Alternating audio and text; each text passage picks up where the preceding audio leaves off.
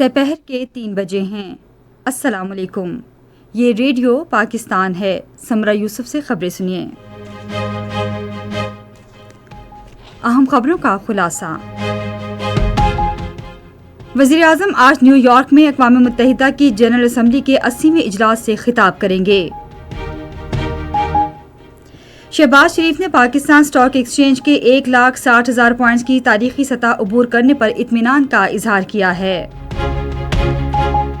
وزیر منصوبہ بندی نے کہا ہے کہ سی پیک کے دوسرے مرحلے سے لوگوں اور نوجوانوں کی ترقی کے نئے دور کا آغاز ہوگا۔ پاکستان نے ملک میں سیلاب کے بعد جاری امدادی کارروائیوں میں بروقت مدد فراہم کرنے پر ملائیشیا کو سراہا ہے۔ سندھ حکومت نے ماہی گیروں کی معاشی مشکلات کے حل کے لیے بے نظیر فشر فوک کارڈ جاری کرنے کا فیصلہ کیا ہے۔ اقوام متحدہ میں پاکستان نے غیر متعدی بیماریوں کی روک تھام اور ان پر قابو پانے کے مضبوط عزم کا اعادہ کیا ہے۔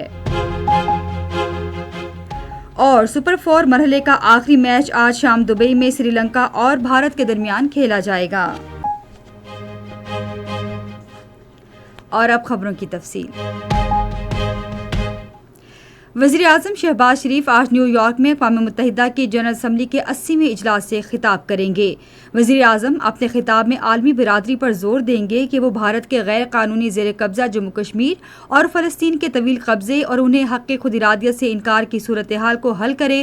وہ عالمی برادری کی توجہ خاص طور پر غزہ کے سنگین بحران کی جانب مبذول کرائیں گے اور فلسطینیوں کی مشکلات کے خاتمے کے لیے فیصلہ کن اقدامات کرنے پر زور دیں گے۔ وزیر اعظم علاقائی سلامتی کی صورتحال کے علاوہ موسمیاتی تبدیلی، دہشت گردی، اسلاموفوبیا اور پائیدار ترقی سمیت بین الاقوامی تشویش کے دیگر مسائل پر پاکستان کے نقطہ نظر کو بھی اجاگر کریں گے۔ وزیر اعظم شہباز شریف نے یقین ظاہر کیا ہے کہ پاکستان امریکہ شراکت داری دونوں ملکوں کے باہمی مفاد میں مزید مستحکم ہوگی۔ انہوں نے ان خیالات کا اظہار واشنگٹن ڈی سی میں وائٹ ہاؤس میں امریکی صدر ڈونلڈ ٹرمپ سے ملاقات کے دوران کیا۔ بری فوج کے سربراہ فیلڈ مارشل سید عاصم منیر بھی اس موقع پر موجود تھے۔ وزیر اعظم نے امریکی کمپنیوں کو پاکستان کے زراعت، آئی ٹی، کان کنی، معدنیات اور توانائی کے شعبوں میں سرمایہ کاری کی دعوت دی۔ دونوں رہنماؤں نے انسداد دہشت گردی میں تعاون سمیت علاقائی سلامتی پر بھی تبادلہ خیال کیا۔ وزیر اعظم نے انسداد دہشت گردی میں پاکستان کے کردار کی سرکاری سطح پر توثیق کرنے پر صدر ٹرمپ کا شکریہ ادا کیا اور سلامتی اور خفیہ معلومات کے شعبوں میں تعاون کو فروغ دینے کی ضرورت پر زور دیا۔ شہباز شریف نے صدر ٹرمپ کو خراج تحسین پیش کرتے ہوئے انہیں امن کا علمبردار قرار دیا جو دنیا بھر میں تنازعات کے خاتمے کی سنجیدہ کوششوں میں مصروف عمل ہیں۔ وزیر اعظم نے مشرق وسطیٰ میں صورتحال کے حوالے سے غزہ میں جنگ کے فوری خاتمے کے لیے صدر ٹرمپ کی کوششوں کی تعریف کی۔ وزیر اعظم نے ٹیرف معاہدے پر صدر ٹرمپ سے اظہار تشکر کیا جو رواں سال کے شروع میں پاکستان اور امریکہ کے درمیان طے پایا تھا۔ وزیر اعظم نے صدر ٹرمپ کو جلد پاکستان کا سرکاری دورہ کرنے کی دعوت بھی دی۔ وزیر اعظم محمد شہباز شریف نے پاکستان اسٹاک ایکسچینج کے 1,60,000 پوائنٹس کی تاریخی سطح عبور کرنے پر مسرت کا اظہار کیا ہے۔ اپنے ایک بیان میں وزیر اعظم نے اس کاروباری برادری کی حکومتی پالیسیوں پر اعتماد کا مظہر قرار دیا۔ انہوں نے کہا کہ اللہ تعالیٰ کے فضل و کرم، کاروباری برادری اور حکومت کی انتھک محنت سے اسٹاک ایکسچینج میں ہر دن بلندیوں کی ایک نئی تاریخ رقم ہو رہی ہے۔ وزیر اعظم نے کہا کہ ملک معاشی استحکام کے بعد معاشی ترقی کی جانب تیزی سے گامزن ہے۔ وزیر منصوبہ بندی اور ترقی احسن اقبال نے کہا ہے کہ چین پاکستان اقتصادی راہداری کے دوسرے مرحلے سے عوام اور نوجوانوں کی ترقی کے نئے دور کا آغاز ہوگا۔ وہ بیجنگ میں پاکستان چین جوائنٹ کوآرڈینیشن کمیٹی کے 14ویں اجلاس سے خطاب کر رہے تھے۔ اجلاس سے خطاب کرتے ہوئے انہوں نے کہا کہ پاکستان اور چین آہنی بھائی ہیں جو اعتماد اور مشترکہ اقدار کے بندھن سے بندھے ہیں۔ انہوں نے کہا کہ پاکستان سی پیک منصوبوں اور چینی عملے کی حفاظت کو اولین ترجیح دیتا ہے۔ وزیر منصوبہ بندی نے کہا کہ ہم چاہتے ہیں کہ پاکستان کی برآمدات کو چین کی منڈیوں تک آسیان ممالک جیسی رسائی دی جائے۔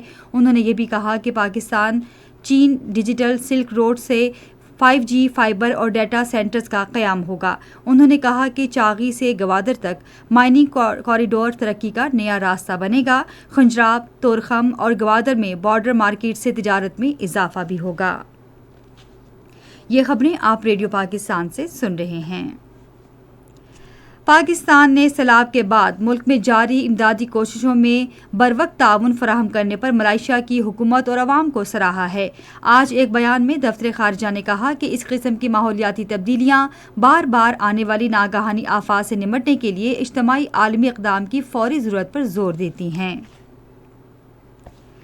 وزیر قانون و انصاف اعظم نصیر تارڑ نے کہا ہے کہ وکلاء کے مسائل ترجیحی بنیادوں پر حل کیے جا رہے ہیں۔ آج اسلام آباد میں ایک تقریب سے خطاب کرتے ہوئے انہوں نے کہا کہ وکلاء برادری کے لیے فلاحی منصوبوں کو سیاست سے بالا تر رکھا جائے گا۔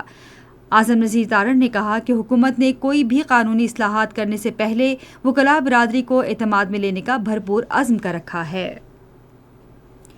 فوج کے شعبہ تعلقات عامہ کے director general lieutenant general Ahmed Sharif نے آج لاہور میں پنجاب یونیورسٹی کا دورہ کیا۔ دورے کے دوران ڈی جی ISPR نے طلباء کے ساتھ ایک خصوصی نشست میں بات چیت کے دوران ان کے سوالوں کے جواب دیے۔ طلباء نے مادر وطن کے دفاع کے لیے پاک فوج کے شانہ بشانہ کھڑا رہنے کے اپنے عزم کا اظہار کیا۔ شرکاء نے کہا کہ سیشن کے دوران غلط معلومات اور جھوٹی خبروں کی روک تھام کے حوالے سے مفید معلومات فراہم کی گئیں۔ وزیر اعلیٰ پنجاب مریم نواز نے ہدایت کی ہے کہ کینسر کے مریضوں کو ہر ممکن ریلیف فراہم کیا جائے۔ انہوں نے یہ بات آج لاہور میں صحت کے شعبے میں اصلاحات کے حوالے سے اعلیٰ سطح کے اجلاس کی صدارت کرتے ہوئے کہی۔ وزیر اعلیٰ نے اجلاس کے دوران ساہیوال میں پہلی کامیاب اینجیوپلاسٹی پر اطمینان کا اظہار کیا اور اسے اہم پیش رفت قرار دیا۔ سندھ حکومت نے ماہی گیروں کی معاشی مشکلات کے حل کے لیے بے نظیر فشر فوک کارڈ کے اجرا کا فیصلہ کیا ہے۔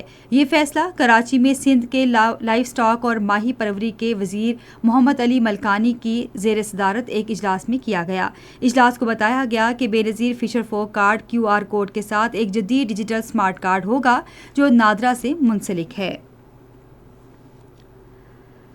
سنگرو رینیویبل انرجی کے منیجنگ ڈائریکٹر اور چائنا سوزین گروپ کے چیئرمین پر مشتمل ایک چینی وفد نے آج کراچی میں گورنر سندھ کامران خان ٹیسوری سے ملاقات کی اور قابل تجدید توانائی، سرمایہ کاری اور ٹیکنالوجی میں تعاون پر تبادلہ خیال کیا۔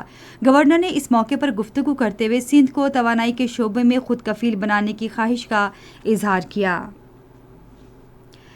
اقوام متحدہ میں پاکستان کے غیر متعدی بیماریوں کی روک تھام اور ان پر قابو پانے کے اپنے مضبوط عزم کا اعادہ کیا ہے۔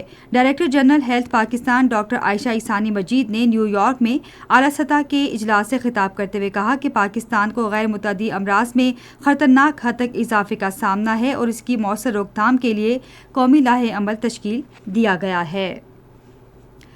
ممتاز سائنسدان نوابزادہ نصر اللہ خان کی 22ویں برسی آج منائی جا رہی ہے۔ نوابزادہ نصر اللہ نے اپنے سیاسی کیریئر کا آغاز 1930 میں مجلس احرار اسلام میں شمولیت سے کیا۔ وہ 1945 میں آل انڈیا مجلس احرار اسلام کے سیکرٹری جنرل بھی منتخب ہوئے۔ تقسیم ہند کے بعد 1947 میں وہ مسلم لیگ میں شامل ہوئے۔ ملک میں جمہوریت کے لیے اپنی خدمات پر انہیں بابائے جمہوریت کے نام سے جانا جاتا ہے۔ نوابزادہ نصر اللہ خان نے اپنی پوری زندگی پاکستان میں پارلیمانی جمہوریت کو مضبوط کرنے کی جدوجہد میں گزاری۔ وہ 2003 میں آج کے روز 85 برس کی عمر میں اسلام آباد میں انتقال کر گئے۔ اور T20 ایشیا کپ کے سپر 4 مرحلے کا آخری میچ آج شام دبئی میں سری لنکا اور بھارت کے درمیان کھیلا جائے گا۔ میچ شام 7:30 بجے شروع ہوگا۔ اور اب موسم۔ محکمہ موسمیات کی پیشگوئی کے مطابق آئندہ 12 گھنٹوں کے دوران ملک کے بیشتر حصوں میں موسم زیادہ تر گرم اور خشک رہے گا۔ آج ریکارڈ کیا گیا بعض شہروں کا زیادہ سے زیادہ درجہ حرارت: Islamabad 34 degree centigrade, Lahore 35، Karachi 32، Peshawar 33، Quetta 29، Gilgit اور Muzaffarabad 30، Murree 24 degree centigrade record کیا گیا، جبکہ سری نگر میں 27، جموں میں 34 اور لیہ میں 14 ڈگری سینٹی گریڈ ریکارڈ کیا گیا۔ آخر میں اہم خبروں کا خلاصہ ایک بار پھر سن لیجیے۔ وزیر اعظم آج نیو یارک میں اقوام متحدہ کی جنرل اسمبلی کے 80ویں اجلاس سے خطاب کریں گے۔ شہباز شریف نے پاکستان اسٹاک ایکسچینج کے 1,60,000 پوائنٹس کی تاریخی سطح عبور کرنے پر اطمینان کا اظہار کیا ہے۔ وزیر منصوبہ بندی نے کہا ہے کہ سی پیک کے دوسرے مرحلے سے لوگوں اور نوجوانوں کی ترقی کے نئے دور کا آغاز ہوگا۔ اور پاکستان نے ملک میں سیلاب کے بعد جاری امدادی کارروائیوں میں بروقت مدد فراہم کرنے پر ملائیشیا کو سراہا ہے۔ اسی کے ساتھ خبریں ختم ہوئی. مزید خبروں اور تجزیوں کے لیے آئی ہماری ویب سائٹ radio.gov.pk پر اور فیس بک کے link radio Pakistan news official پر براہ راست ویڈیو اسٹریمنگ بھی ملاحظہ کیجیے.